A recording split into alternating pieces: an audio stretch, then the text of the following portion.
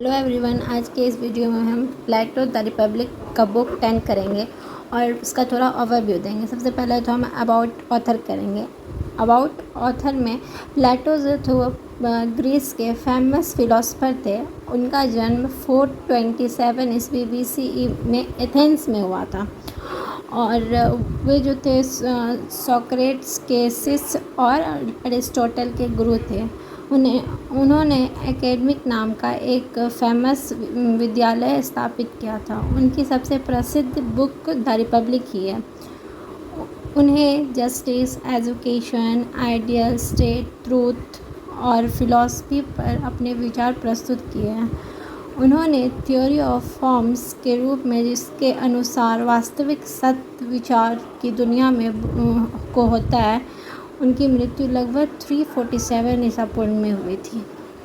अब हम इंट्रोडक्शन करेंगे। द रिपब्लिक प्लेटो द्वारा लिखी गई एक फेमस फिलोसफिकल बुक है।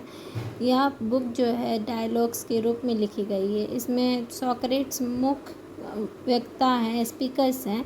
इस पुस्तक का जो मेन टॉपिक है जस्टिस है, आइडियल स्टेट है, एजुकेशन है और मॉरल लाइफ है। बुक 10 द रिपब्लिक जो है अंतिम अध्याय है। इसमें प्लेटो पोइट्री, आर्ट, आत्मा की अमरता और मीथ और आर्ट के बारे में बात करते हैं। सुकरात बताते हैं कि कविता और कला केवल एक वास्तविकता की नकल है, इसीलिए वे हमेशा सत्य का ज्ञान नहीं देती है। वे यह भी कहती है कि मनुष्य को भावनाओं के बजाय बुद्धि रीजन्स के अनुसार जीवन जीना चाहिए।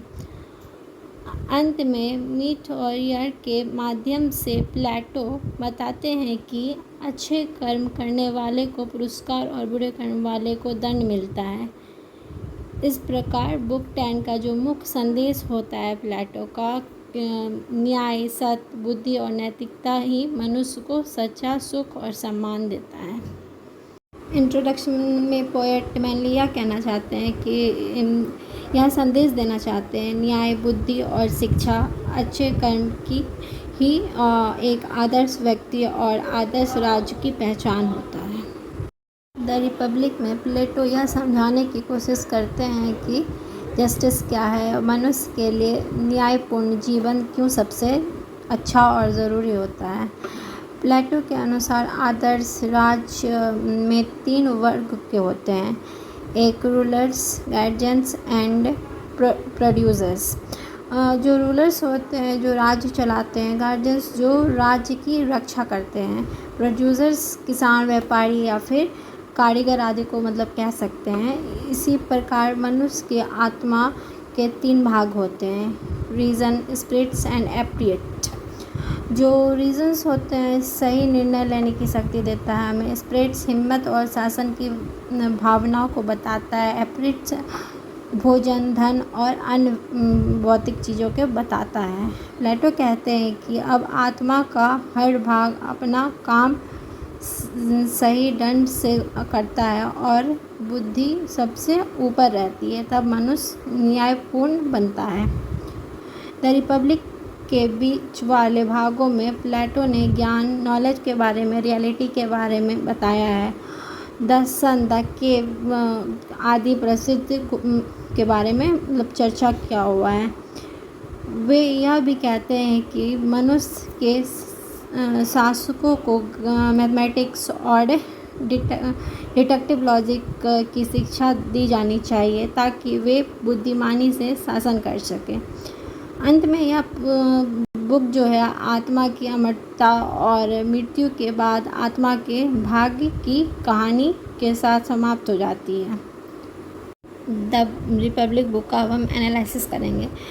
प्लेटो ने द रिपब्लिक बुक 10 में यह समझाने की कोशिश की है कि सत्य, न्याय और बुद्धि मनुष्य के जीवन में सबसे महत्वपूर्ण गुण है। इस पुस्तक में वे कविता और कला की चर्चा करते हैं, क्योंकि उनके अनुसार अधिकांश कवि केवल वास्तविक दुनिया की नकल करते हैं। वे सच्चा ज्ञान नहीं देते, बल्कि उन लोगों की भावनाओं को अधिक प्रभावित करते हैं। प्लेटो का मानना यह होता है कि मनुष्य को इमोशंस के साथ रीजंस बुद्धि से भी काम लेना चाहिए, बुद्धि के आधार पर चलना चाहिए अपने लाइफ में, और गलत भावनाओं की ओर ले जाते हैं। जो लोग मतलब दुख, क्रोध या फिर गलत सोचते हैं तो वह गलत भावनाओं की ओर लेके जाते हैं, आदर्श राज्य के लिए उचित नहीं होता है।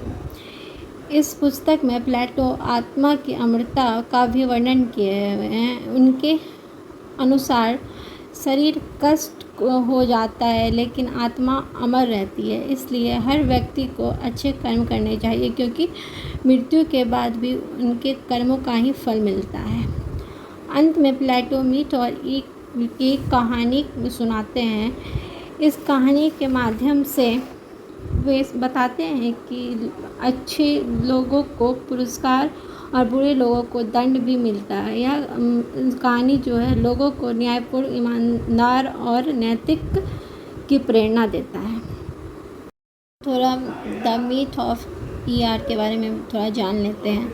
मीथ ऑफ ईआर प्लेटो की द रिपब्लिक का एक अंतिम भाग है। यह एक प्रसिद्ध कहानी है जिसमें मृत्यु के बाद आत्मा के जीवन और पुनर्जन्म का बात होता है। इस कहानी का उद्देश्य लोगों को यह समझाना है कि अच्छे कर्म करने वालों को अच्छा फल मिलता है, बुरे करने वालों को दंड मिलता है। ईआर कौन था?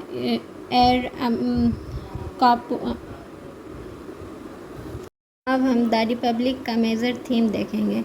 प्लेटो के अनुसार अच्छी शिक्षा एक अच्छे नागरिक और दार्शनिक राज्य की नींव है। शिक्षा का उद्देश्य व्यक्ति को बुद्धिमान, ईमानदार और ईमानदारी सिखाता है।